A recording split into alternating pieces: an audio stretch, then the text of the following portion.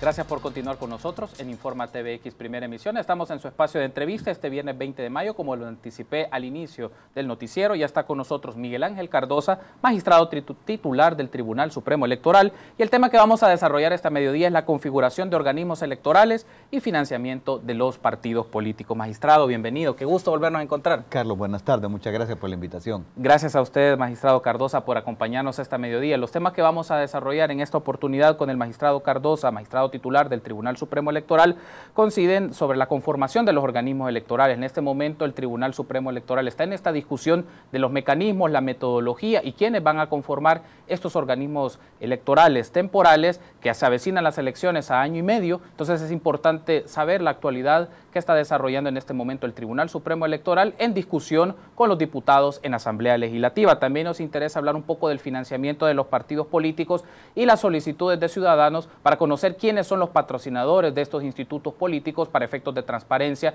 y rendición de cuentas de estos institutos políticos. Esos serán los temas que abordaremos entonces con el magistrado Cardosa. Nuevamente reitero el agradecimiento por acompañarnos esta mediodía, magistrado, y creo que es importante que la audiencia conozca ¿qué está trabajando el Tribunal Supremo Electoral en este momento, dado que el calendario pues está cada vez más cerca de los procesos electorales y la complejidad que esto significa ante las reformas y cambios en la normativa electoral? Y hablemos particularmente de los organismos electorales temporales. Se reunieron el mes pasado con la Comisión de Asuntos Electorales de la Asamblea Legislativa. ¿Y cómo ha sido el debate que se ha dado, magistrado? Particularmente, ¿cuáles han sido los temas que han generado mayor discusión con los diputados?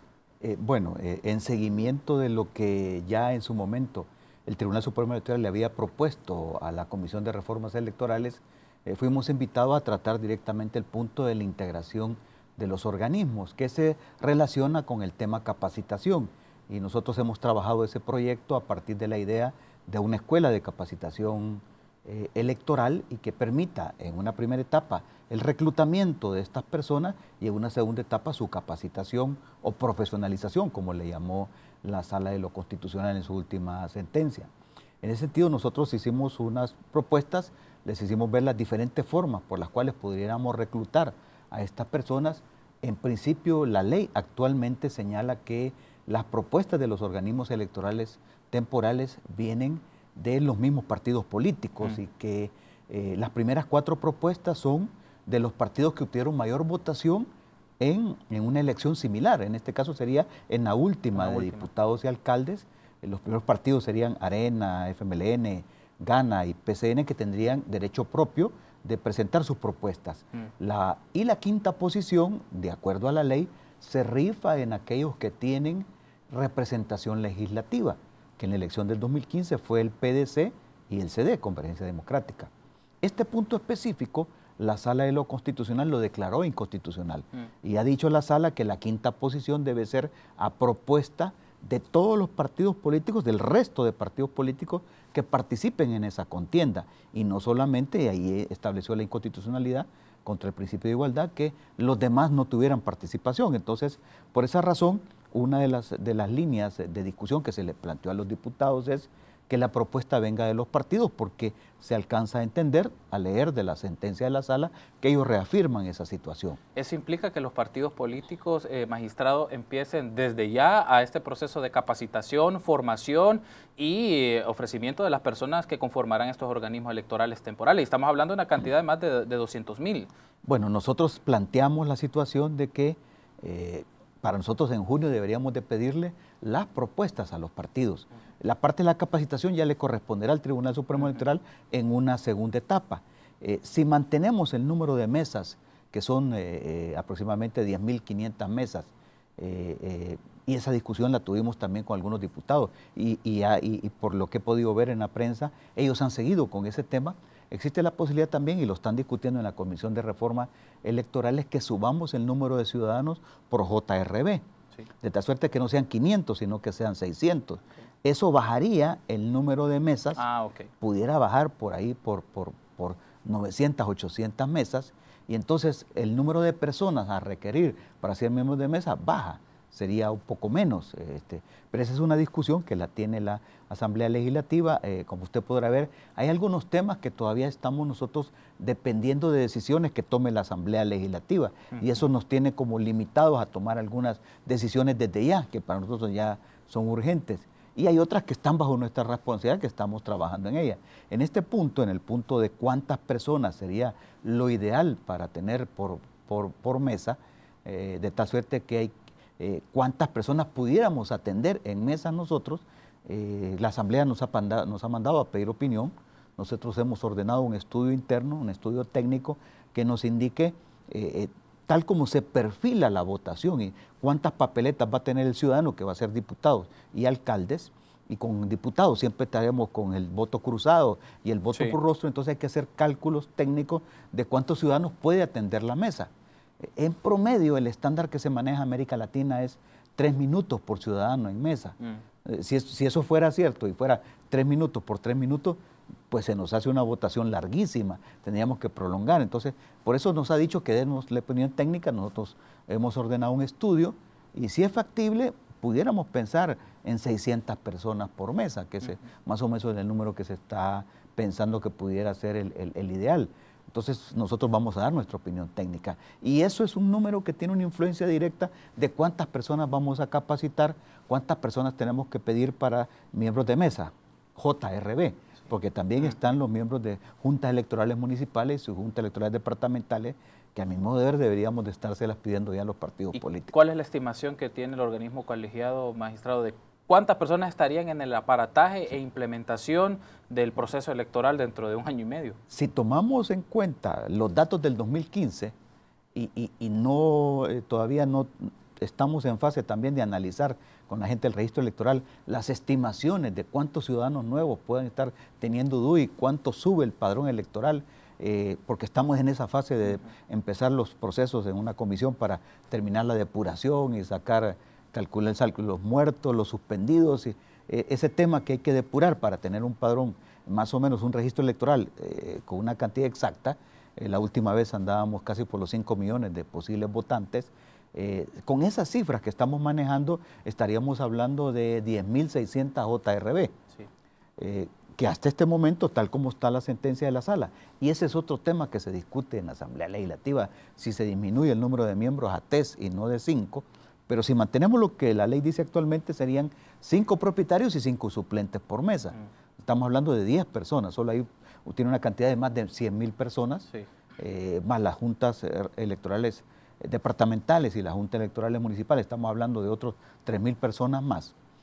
Más o menos esa cantidad es la que nosotros deberíamos de estar preparándonos, capacitar durante todo el 2017. Por eso es que nosotros hablamos del mes de junio, porque de aquí a marzo del 2017 deberíamos de tener seleccionadas ya las 100.000 personas que vamos a capacitar. Otro aspecto importante, magistrado, es la tecnología. Es decir, uno de los elementos que quedó marcado en el proceso electoral anterior es la capacidad de reacción con los dispositivos tecnológicos que se tenían en ese momento. Ahora, ¿qué ha considerado el organismo colegiado para evitar una problemática de la elección anterior? Sí, es una verdad que nosotros teníamos clarísimo. Un sistema complicado como el nuestro, un sistema de votación complicado, que desde luego le hemos reafirmado el derecho al ciudadano que pueda votar con la marca al diputado que quiere. Ese sistema complicado que nos lleva a fraccionar el voto, que eso no ocurre en ningún país del mundo, que se fraccione el voto, no tiene otra alternativa más que usar tecnología. No es posible que pongamos a la gente en la mesa a contar quebrados, eso es imposible, ni a sumar fracciones. O sea, debemos de utilizar tecnología y no tenemos otra alternativa más que utilizar tecnología. Y en ese sentido, sabemos nosotros, porque ya lo anunció la Comisión de Reformas Electorales, tienen un acuerdo previo de cómo contar el voto cruzado y de usar tecnología en mesa para efecto del escrutinio. Y eso nos ha permitido avanzar. Recientemente el doctor Olivo, presidente del Tribunal Supremo Electoral, lo hago público porque ya un rotativo, un periódico lo dijo, fue a observar las elecciones de Corea y en el marco de la observación de las elecciones de Corea firmó un convenio de cooperación con el tribunal, con la Comisión Nacional Electoral de Corea, avalada por el organismo más grande, la asociación más grande de organismos electorales, la AWEB, por medio de la cual nos van a apoyar con tecnología. Ya es que nosotros hagamos las gestiones aquí de cooperación con el Ministerio de Relaciones Exteriores para concretizar esta figura. Y estamos hablando de la última tecnología que se está usando en los países, recientemente Corea, en República Dominicana se utilizó este tipo de maquinaria coreana, por la cual se está utilizando escáner cuentavotos que permiten tener con una agilidad, una rapidez bastante grande, contar el voto mediante una lectura que se haga. Hay que ponerle un software. Ya tuvimos una delegación de coreanos nosotros que más o menos nos han explicado y estamos pronto a recibirlos nuevamente para que ellos ya traigan el prototipo de la máquina que se pudiera utilizar en El Salvador.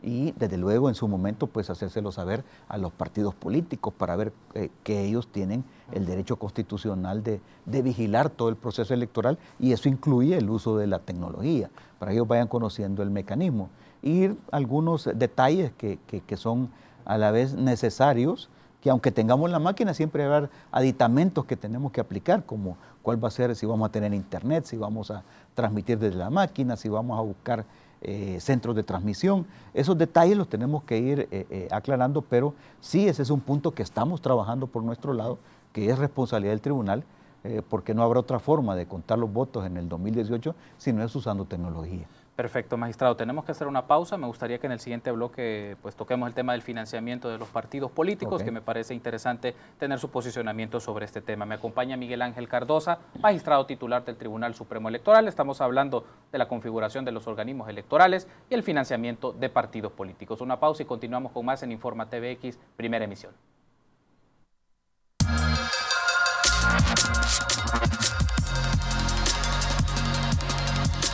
Gracias por su preferencia de acompañarnos en Informa TVX Primera Emisión. Estamos en su espacio de entrevista este viernes 20 de mayo del año 2016. Me acompaña Miguel Ángel Cardosa, magistrado titular del Tribunal Supremo Electoral. Estamos hablando de la configuración de los organismos electorales y en este bloque particularmente del financiamiento de los partidos políticos. En ese caso, magistrado, en las últimas semanas ha existido una resolución del organismo colegiado ante las solicitudes de ciudadanos que piden que los partidos políticos transparenten y mencionen quiénes son sus patrocinadores, pero no hemos tenido una respuesta de los partidos brindando esta información. ¿Qué ha pasado? ¿Por qué los partidos políticos no quieren brindar estos datos? Bueno, primero hay que sentar el contexto. Esta obligación surge de la nueva ley de partidos políticos. Sí.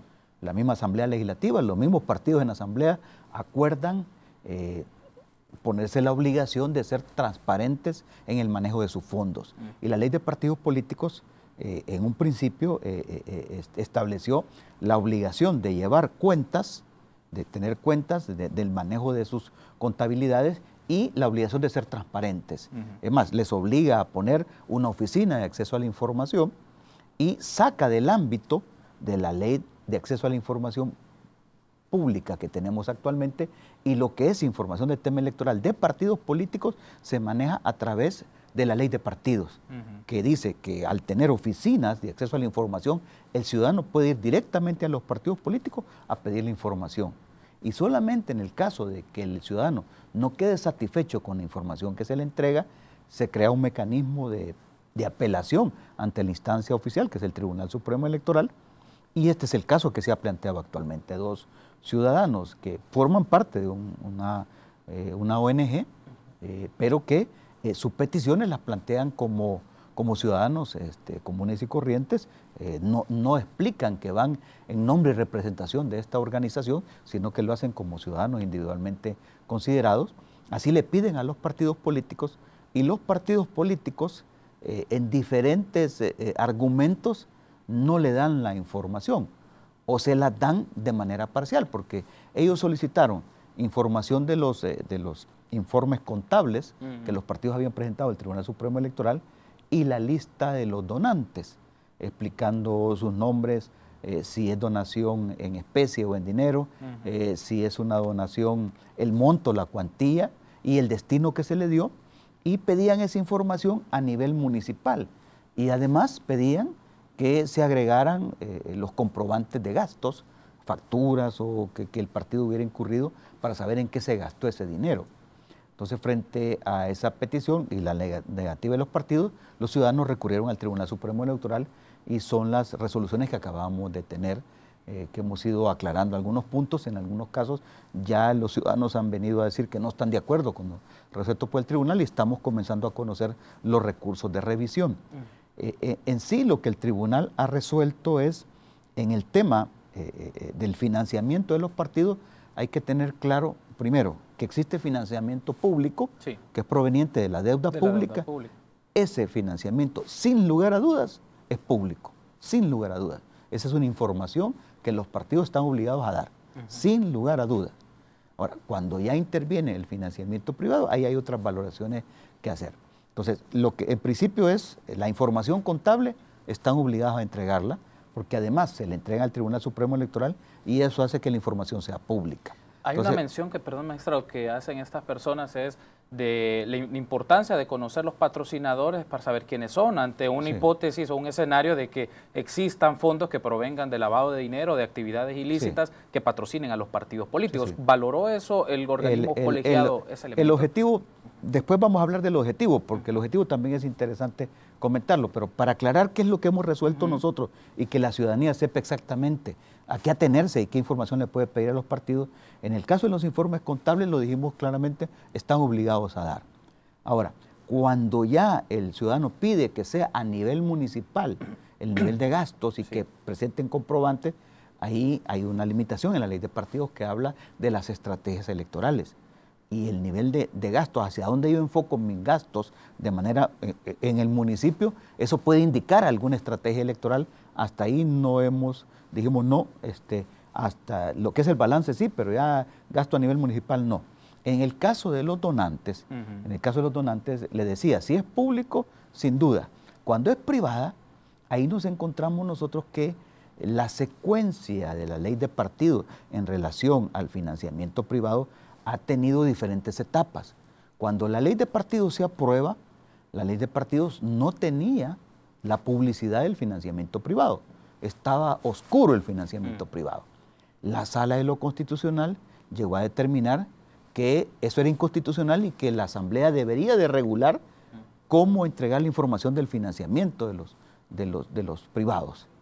La Asamblea Legislativa entonces posteriormente reformó ese artículo, introduce que sí se va a dar la información, que debe darse la información de los donantes privados, pero le pone una condicionante, que el donante privado autorice que se dé su información. Esa es otra etapa. Posteriormente a eso, la Sala de lo Constitucional, en seguimiento, dijo, mire, no, eso no es posible. Están obligados a darlo. Si vemos las fechas, entonces nos encontramos que en un primer momento no había por qué dar la información de financiamiento privado. En un segundo momento sí había que darla, pero previa autorización de los donantes privados. Y en un tercer momento, que es a partir de febrero del 2015, la información es pública. Y ahí el tribunal tuvo que hacer uso de esa interpretación de los marcos legales, porque la ley del tiempo rige el acto. O sea, yo si estoy donando, a mí me aplicaba la regla. Yo donaba probablemente porque no había obligación de darla. Y después doné porque probablemente entendí que me iban a pedir autorización. Pero a partir de febrero del 2015, si doné, he de saber que eso es público. Y que a partir de ahí el tribunal dijo, de aquí en adelante esto es público y debe de entregarlo. Antes, valorando los tiempos, se requiere de si autorización o en el momento en que no era permitido. Por lo tanto, esta información ya es pública. Desde febrero 2015 en adelante. No es retroactivo, es decir, no aplica. No aplica porque la ley del tiempo le rige el acto. O sea que ha privado el tema de salvaguardar la identidad en respecto de transparencia, porque insisto que la sospecha es que aquí está esta valoración entre que yo tenga derecho a mi privacidad, que sea privado, que yo quiera dar información. Este es un tema que está en debate todavía. El tribunal ha entendido, siguiendo lo que dice la Sala de lo Constitucional, que no, que prevalece el interés de la ciudadanía a saber quién ha donado frente al otro. Pero eso solamente lo podemos entender a partir de febrero del 2015. Antes de eso no. Desde luego, como usted dice, el tema de la valoración es fundamental porque al Tribunal Supremo Electoral le interesa saber, como a cualquier otro ciudadano, de dónde provienen los fondos. Primero, porque existe la posibilidad de que se estén cometiendo ilícitos. Pero esa no solo es interés del Tribunal Supremo Electoral. ese debería ser interés de la Fiscalía General de la República. El fiscal debería estar investigando desde ya quién dona dinero a los partidos políticos. Ese es el primero interesado. Sí. Hacienda, el Ministerio de Hacienda, que tiene información porque el Ministerio de Hacienda recibe los balances contables de los partidos. Debería de saber y debería de ayudarnos a descubrir de dónde proviene ese financiamiento. Pero hay otro tema interesante para el Tribunal Supremo Electoral, que el tema del financiamiento tiene que ver con la equidad en la competencia. Porque si hay mucho dinero de por medio, eso puede desequilibrar la competencia. Y nosotros estamos en obligación de que cuando los competidores estén en la línea para correr, todos estén en la misma posición, en la línea para que la competencia sea equitativa. Y esa sí es una obligación del Tribunal Supremo Electoral. Magistrado, también me gustaría tocar otro tema. Ha hecho usted una mención sobre el tema de vinculado, ¿no?, a que no se cometan ilícitos en el marco del financiamiento. Lo quiero llevar ahora al campo de la seguridad. El Tribunal Supremo Electoral le ha llevado el seguimiento o le ha llevado la pista a esta dinámica que se da en procesos electorales o se sospecha que se da en procesos electorales de distribución territorial en el campo del voto residencial que pueden hacerse en zonas donde tienen manejo las pandillas. Es decir, que tengan la discreción los pandilleros de movilizar personas a ciertos lugares o que centros de votación se den en ciertos lugares porque es la zona donde manejan. ¿Tienen ustedes conocimiento de esto? Bueno, de hecho, en las elecciones 2015, varias de las quejas que se plantearon en algunos municipios fue de ese tipo, de un fenómeno que se conoce en el tema electoral como la transhumancia, que se muevan humanos de un municipio a otro con la intención de cambiar los resultados. En principio, debe de haber un cambio de domicilio. O sea, para poder votar, yo debo de tener el DUI del domicilio donde me corresponde. Ese es un mecanismo que puede estar siendo utilizado porque actualmente van al RNPN, van al DUI Centro y dicen, yo me he cambiado, presentan algún recibo y yo me he cambiado de dirección. Ahí probablemente pueda mejorarse el control si somos más exigentes en cuanto a determinar si realmente el ciudadano se está cambiando de domicilio o no, porque podríamos estar en presencia que se cambia, sobre todo por razones de seguridad, puede estarse cambiando la gente. Por otro lado, también es un mecanismo que habría que verificar, es que los miembros de mesa, por ley, deben de ser del municipio, los miembros de mesa, no así los vigilantes. Entonces, con los vigilantes, ahí sí habría que, yo creo que la Asamblea Legislativa pudiera analizar el fenómeno. Los vigilantes pueden estar votando en su mesa donde son vigilantes y pueden ser de otro municipio, y pudieran aparecer en otro padrón por otro lado. Desde luego, yo entiendo que la mesa tiene suficiente cuidado, que cuando vota un vigilante, le mancha el dedo y es evidente que se ha votado o no ha votado. Hacía la pregunta por el tema de la presunción que se tiene de la capacidad de movilización que tienen pandillas de mover personas a ciertos centros de votación para influir en el resultado. Y lo quiero aunar por lo que ha ocurrido en los últimos días del conocimiento que tenemos a nivel público de audios y de videos de acercamientos de partidos políticos con pandillas, porque ahí deja un debate sobre la movilización de personas con beneficios electorales. El organismo colegiado ha discutido esto y ha valorado esto y también llevarle una investigación o un seguimiento a la forma en cómo están operando los partidos políticos o liderazgos de algunos de los partidos. Déjeme decirle primero que el ciudadano que aparece en el padrón y que no ha sido suspendido, que no está condenado por delito, tiene derecho a votar. Y es un derecho ciudadano que le corresponde a él. Y todos deberíamos de estar promocionando que los ciudadanos vayan y voten, que tengamos una mayor participación. Lo que nosotros más estamos verificando, y eso más nuestra preocupación, es que la Asamblea pueda reformar que los vigilantes no se muevan de un lugar a otro, sino que ahí donde voten, ahí se queden y que ya no puedan votar en otro lugar. Ese es un tema. Pero el tema de que si aquí ha habido negociaciones con las pandillas, si han ido a votar, si no han ido a votar, pues yo entendería que cada partido político tuvo sus acercamientos, porque incluso tuvimos información que algunos partidos políticos tenían problemas para desarrollar sus campañas políticas en determinados lugares y que eso les obligaba a tocar la puerta y hablar con algunos pandilleros del lugar. Eso también lo supimos. Y ante ese escenario, ¿cómo reacciona el Tribunal Supremo? Que es la realidad que enfrentan los partidos políticos a nivel territorial y de ahí hay un mecanismo que les permite negociar a las pandillas con los partidos y por eso tenemos lo que hemos visto a nivel público. Sí, esa es una situación que se plantea, pues, o sea, mientras todo esté dentro del marco de la ley, si sea para que un ciudadano vote, que legítimamente le corresponde, a menos que esté condenado. Y si está condenado debería estar suspendido su derecho y no debería aparecer en el padrón electoral, entonces no debería votar. En ese caso sí sería ilegal, pero si hay ciudadanos que tienen derecho a votar, pues no creo que haya problema. Incluso si ese fenómeno que estamos discutiendo con estos nuevos mecanismos de seguridad, con estas medidas extraordinarias que el Estado está tomando, no logramos controlar, pues hasta nosotros como Tribunal Supremo Electoral nos vamos a encontrar con esa dificultad si queremos montar un centro de votación en lugar que esté controlado. O sea, nos vamos a encontrar el mismo problema nosotros.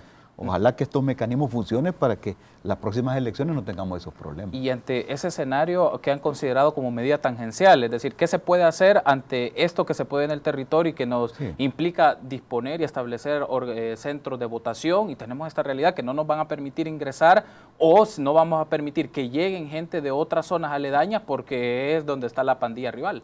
Bueno, nosotros desde ya estamos finiquitando el plan para comenzar el otro mes de lo que nosotros le llamamos el mantenimiento del voto residencial, que es ir al campo, visitar los sectores, visitar los centros de votación, actualizar la información, ver esos movimientos, esos mecanismos.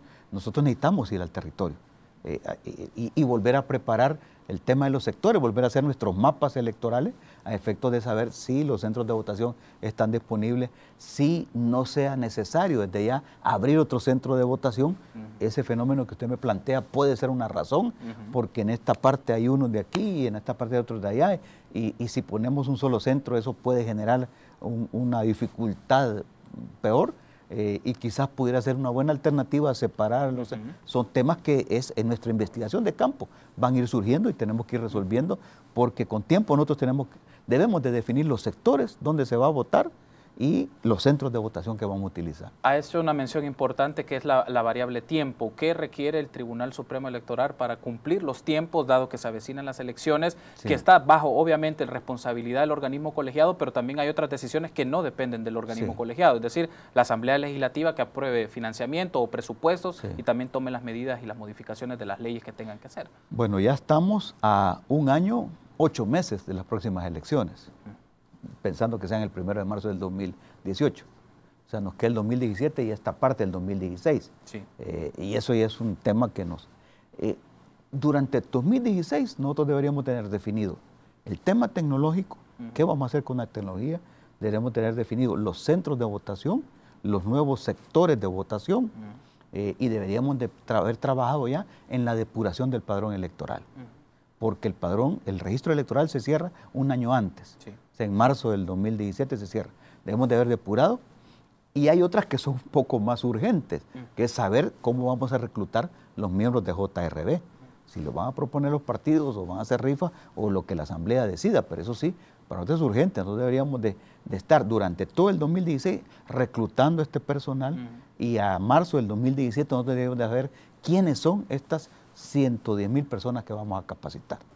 Entonces, los tiempos ya son justos para nosotros, así que ya estamos corriendo en ello. Perfecto, magistrado. Ha sido un gusto Carlos, por habernos acompañado. Seguro nos volveremos a encontrar y seguiremos discutiendo las actividades en materia electoral. Gracias por habernos acompañado. Estuvo con nosotros Miguel Ángel Cardosa, magistrado titular del Tribunal Supremo Electoral. Estuvimos hablando un poco de la configuración de los organismos electorales, financiamiento de los partidos políticos y seguridad en el marco de los procesos electorales. Permítanos una pausa y continuamos con más en Informa TVX Primera Emisión.